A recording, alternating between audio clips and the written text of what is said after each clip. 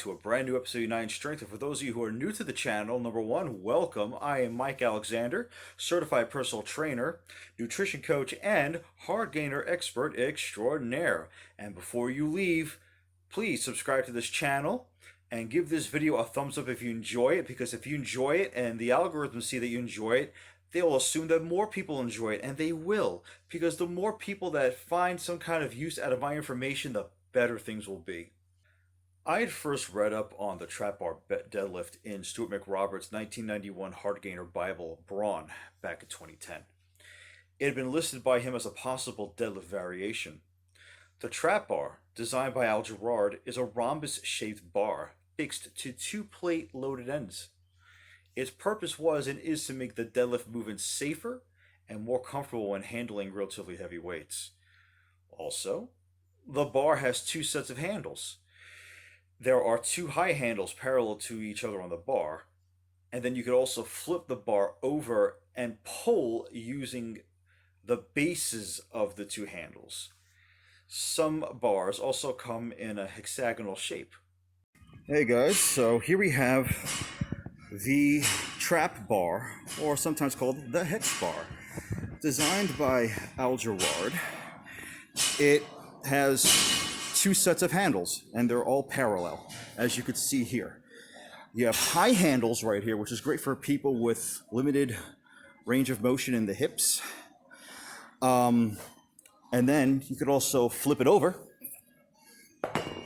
as such, and you'll see that you could also use the base of the handles right here for handles. There are some bars out there that have just these little handles. I was in Team Real USA on Easter Sunday, and they have a bar just like this. It's a little thicker, I believe, but it has just the low handles, and it's an old bar going back to the gym's original ownership, I believe, back in the 90s. Either one works sufficient, but they both have the same benefit, which is a neutral grip and therefore less stress on the shoulders. Back to me, back in the control room. It should be noted, however, that the Trap Bar is named after the trapezius muscles in the upper body. In fact, Paul Kelso wrote a whole book on how to perform trap exercises and other upper back exercises using the Trap Bar.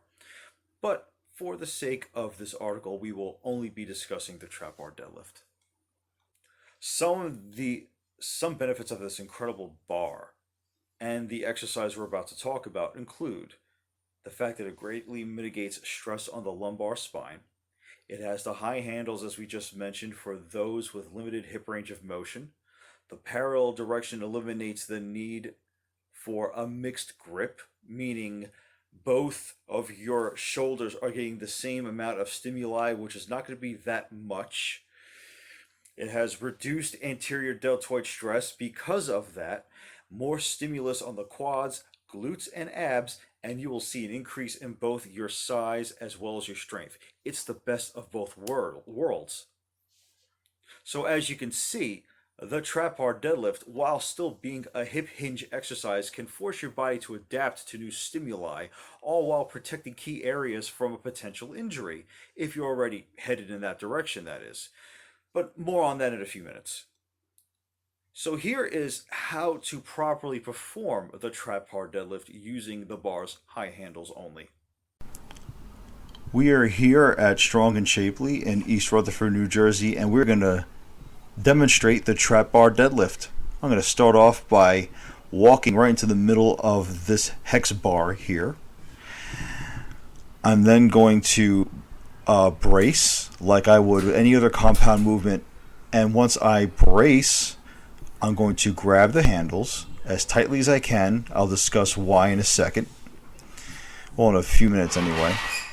I bring my chest out, keep my spine neutral. I push through my legs. And much like any other deadlift variation, I'm going to exhale at the top. You can't see it because of the mask. Breathe back in, brace, bring the bar back down, and restart all over again.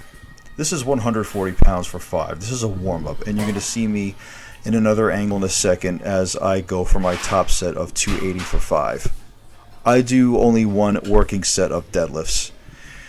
Back in the bar, and it doesn't look like my shoulders are going back when I pull to the top, but they are as back as they can be. And one key here is you could also remember to retract your scapula.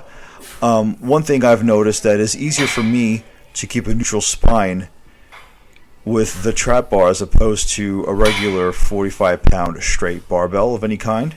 And I've heard other people have had the same relative ease. You might also. And here we have the Trap Bar Deadlift.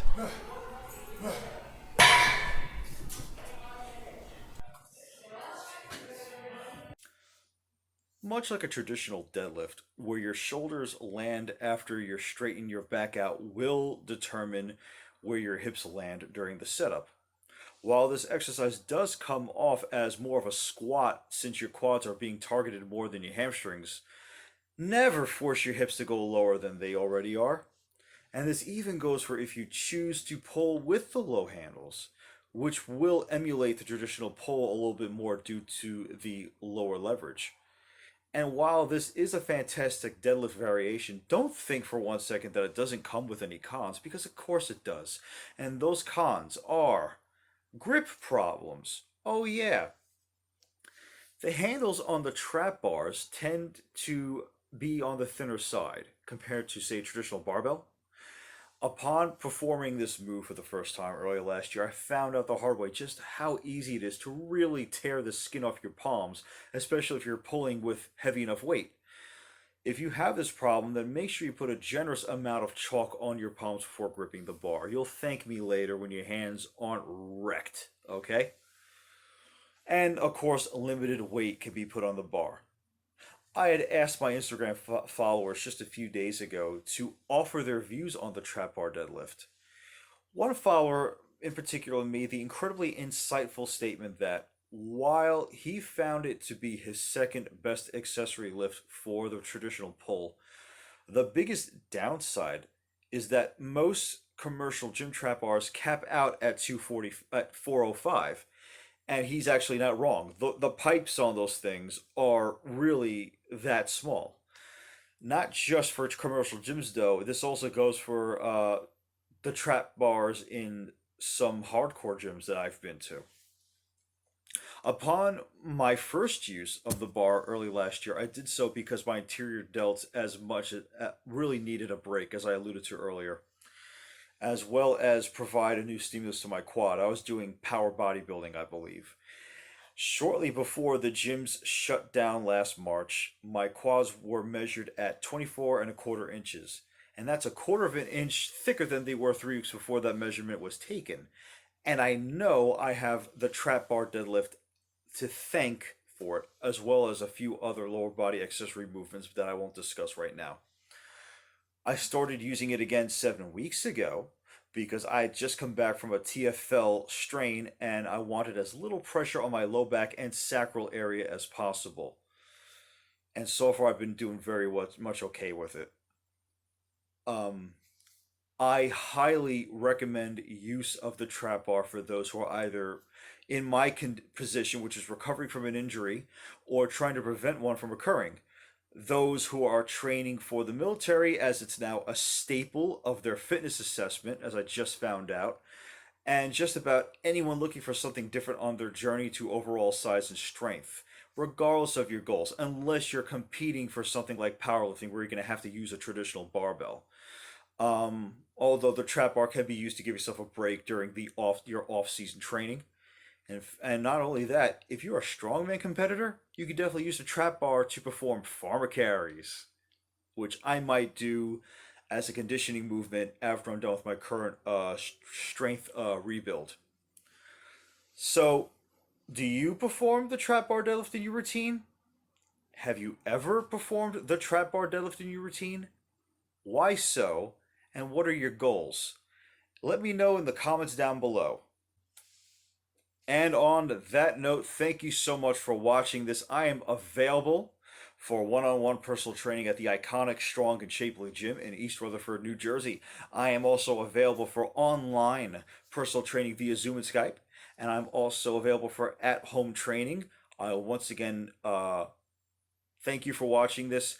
I hope you enjoyed this. Give this a thumbs up, and I hope to see you again real soon. Take care.